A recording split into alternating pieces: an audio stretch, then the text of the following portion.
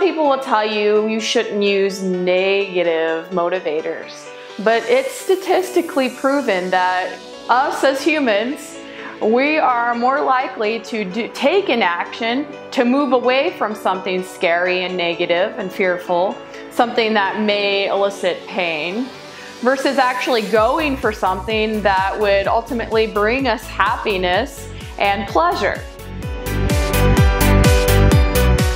You link exercise or fitness to, let's say, being able to eat a certain food as a reward for working out, you're going to think of fitness as a bad thing. You're going to think of it as something that you must be rewarded for.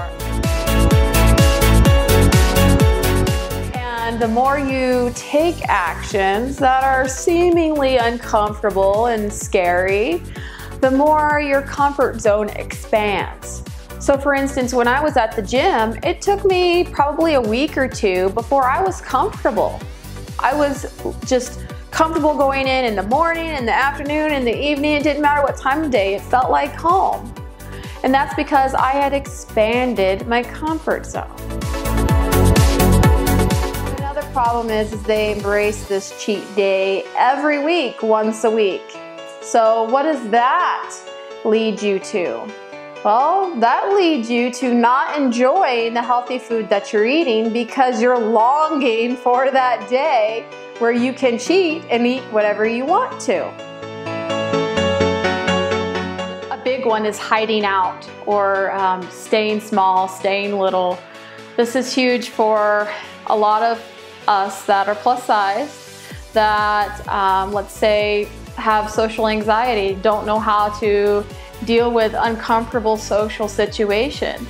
And so when you lose the weight, but you haven't done that work of overcoming that discomfort, going to put the weight back on because that weight was a shield. It was some armor against what is uncomfortable. It is keeping you hidden.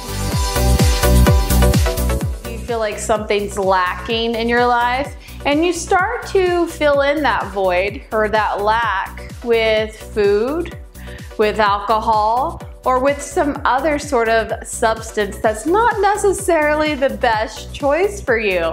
These are some of the reasons why stress can be a bad thing, besides just it ultimately leading to creating diseases within the body. It's not going to help you lose weight, and it's certainly not going to help you maintain the weight loss long term, because if you do not know how to handle stress, you will gain the weight back.